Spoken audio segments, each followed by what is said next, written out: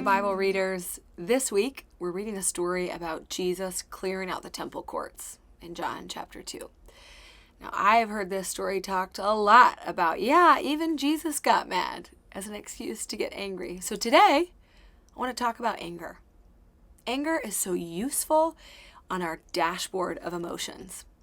Anger is a sign inside of us that something's not right.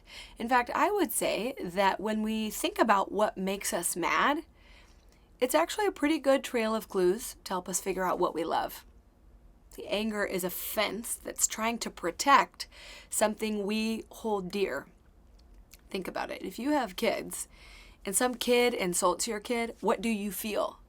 You feel mad, right? And that anger is an attempt to protect the thing you love, your kid. Or think about it like this. At work, if you are in a meeting and you get mad because your team doesn't like your idea, what are you mad about? Well, I'm mad that people didn't think my idea was good. And what it shows me is that I really love my idea. Sometimes I love my idea more than I love the team or my teammates or the overall vision. If you get mad because you're cut off in traffic, what does that show about what you love? So let's look at this passage from this angle. Jesus is mad enough to string together a cord and drive out money changers, turn over tables.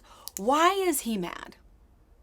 Well, he's mad because the temple is supposed to be a space that is sacred and open to anybody who hungers for God.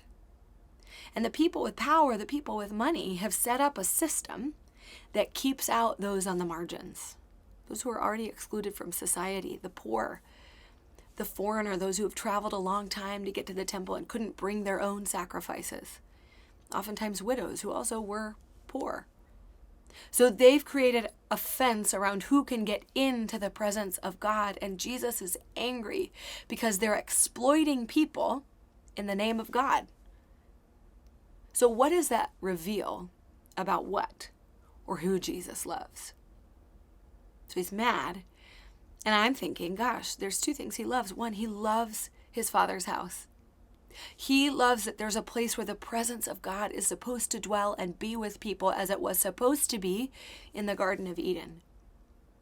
But maybe even more than that, what it shows us is that he loves those people who are so often kept at arm's length from God. He loves the people who are coming to him but have a hard time getting there because of all kinds of barriers we've put in the way.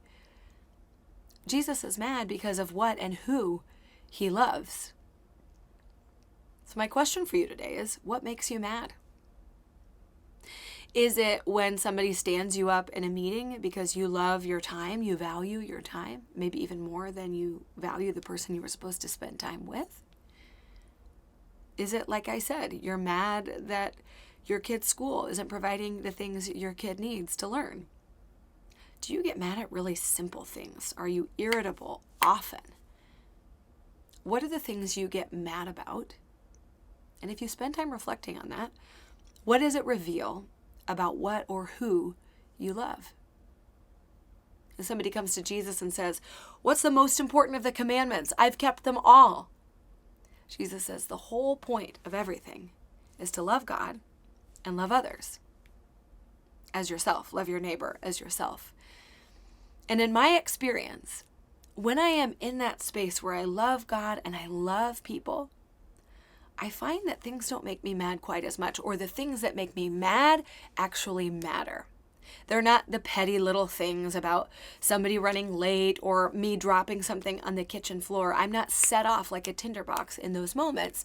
The things that I find make me mad are when I see people hurting, people being exploited or hurt, kind of like the way we see Jesus here in the temple courts. So that's what I'm going to send you back out to reflect on today. What makes you mad? Mad enough even to turn tables? And what does that show you about what you love? And at the end of the day, are you loving God and loving your neighbor as yourself? Or are you loving and grabbing for these little things that set you off like a tinderbox every time they go wrong? Y'all have a great day. See you soon.